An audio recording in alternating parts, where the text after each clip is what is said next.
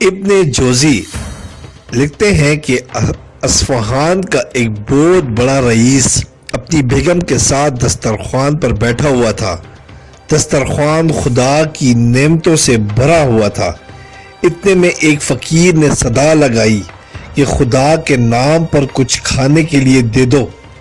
فقیر اس رئیس کے دروازے پر کھڑا تھا۔ اس شخص نے اپنی بیوی کو حکم دیا کہ سارا دسترخوان اس فقیر کی جھولی میں ڈال دو۔ بیوی نے اس کے حکم کی تعمیل کی۔ جس وقت اس نے فقیر کا چہرہ دیکھا تو دھاڑے مار کر رونے لگی۔ اس کے شوہر نے اس سے پوچھا، جی بیگم آپ کو کیا ہوا؟ بیگم نے بتایا کہ جو شخص فقیر بن کر ہمارے گھر کے دروازے پر دستک دے رہا تھا وہ چند سال پہلے اس شہر کا سب سے بڑا مالدار اور ہماری اس کوٹھی کا مالک اور میرا سابق شوہر تھا۔ چند سال پہلے کی بات ہے کہ ہم دسترخوان پر ایسے ہی بیٹھے کھانا کھا رہے تھے جیسے کہ آج کھا رہے ہیں۔ اتنے میں ایک فقیر نے صدا لگائی کہ میں 2 دن سے بھوکا ہوں، خدا کے نام پر کھانا دے دو۔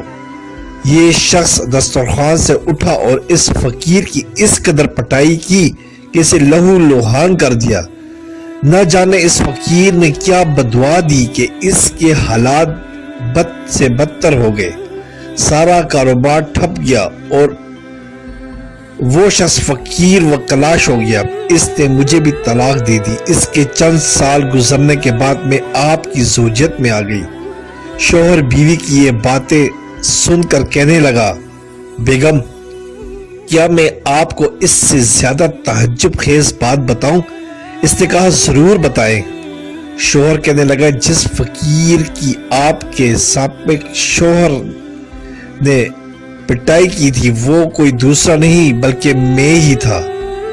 گردش زمانے کا یہ عجیب نظارہ تھا کہ حق تعالیٰ نے اس بدمست مالدار کی ہر چیز، مال، کوٹھی، حتیٰ کہ بیوی بھی چھین کر اس شخص کو دے دی جو فقیر بن کر اس کے گھر آیا تھا، اور چند سال بعد پھر حق تعالیٰ نے اس شخص کو فقیر بنا کر اسی کے در پر لے آیا۔ یقیناً حق تعالیٰ ہر چیز پر قادر ہے۔